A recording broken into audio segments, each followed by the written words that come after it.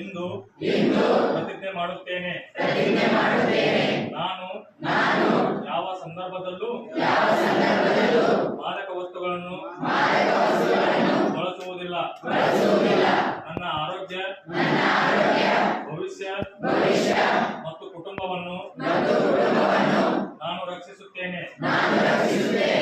ನಾನು ಬದಲಾವಣೆಯ ದೂತನಾಗಿರುತ್ತೇನೆ ಮತ್ತು ಮಾದಕ ವಸ್ತುಗಳ ವಿರುದ್ಧವಾದ ಜೀವನವನ್ನು ಆಯ್ಕೆ ಮಾಡುತ್ತೇನೆ.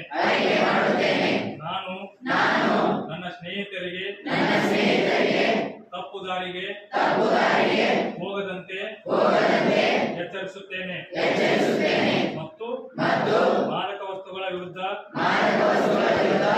ಧೈರ್ಯದಿಂದ ನಿಂತು ಮಾದಕ ದ್ರವ್ಯ ಮುಕ್ತ ಸಮಾಜ ನಿರ್ಮಿಸಲು ಶ್ರಮಿಸುತ್ತೇನೆ. ಜೈ ಹಿಂದ್.